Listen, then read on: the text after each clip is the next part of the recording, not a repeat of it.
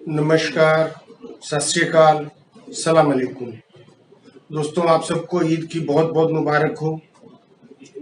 और ईद के दिन एक अंतर्राष्ट्रीय हलचल की बात करते हैं, जिसको कह सकते हैं कि विश्व की महाशक्ति या एक पहलवान की छाती पर जैसे किसी ने पैर रख दिया हो। हम बात करते हैं आज वेनेजुएला की। वेनेजुएला एक ऐसा देश, लैटिन अमेरिका का, दक्षिण अमेरिका का छोटा सा देश या बड़ा सा देश, जहां का 95% इनकम का साधन वहां का तेल था और वहां पर सोने की खदानें और हीरे की खदानें मिलती हैं। वहां 2019 में चुनाव होते हैं, निकोलस मदुरो वहां के राष्ट्रपति चुने जाते हैं और अमेरिका उसको मान्यता देने से मना कर देता है।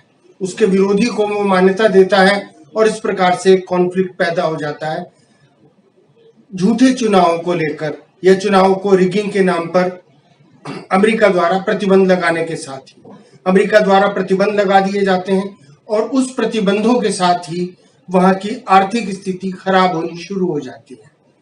हालत वहां ये हो गई कि वहां की जो स्थानीय मुद्रा है बोलीवर, 3 लाख बोलीवर की 1 किलो गोश्त मिलने लगा।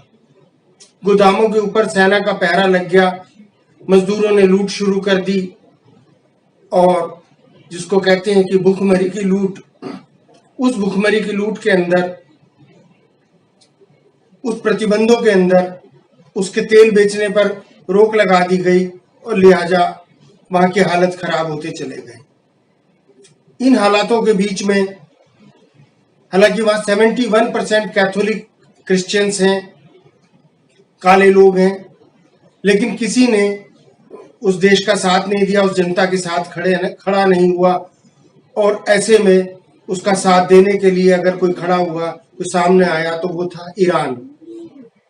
ईरान ने वेनेजुएला को मदद करते हुए सबसे पहले वहां पर तेल की आपूर्ति शुरू की, जबकि अमेरिका की ओर से स्पष्ट प्रतिबंध था और स्पष्ट आदेश थे कि उसके साथ कोई भी किसी प्रकार का व्यापार नहीं करेगा।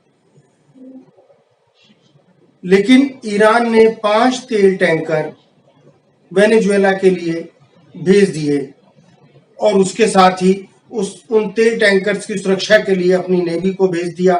कहा यह भी जाता है कि उन तेल टैंकर्स को आसमान से सुरक्षा देने के लिए रूस ने अपने जहाज भेजे हैं। कुल मिलाकर वहां आज ईरान के 2 जहाज पहुंच गए हैं और सुरक्षापूर्वक पहुंच गए हैं, या इसको हम सही कहें तो एक तरीके से उसने अमेरिका को चुनौती दी है और इस चुनौती के सामने अमेरिका सिवाय बिलबिलाने के कुछ नहीं कर पाया। बेशक आज से पहले जब सोवियत संघ का पतन हुआ था, तो उसके बाद अमेरिका अकेली एक महाशक्ति रह गई थी दुनिया के अंदर। उस महाशक्ति का उसको घमंड भी था, लेकिन वो घमंड आज टूट गया है।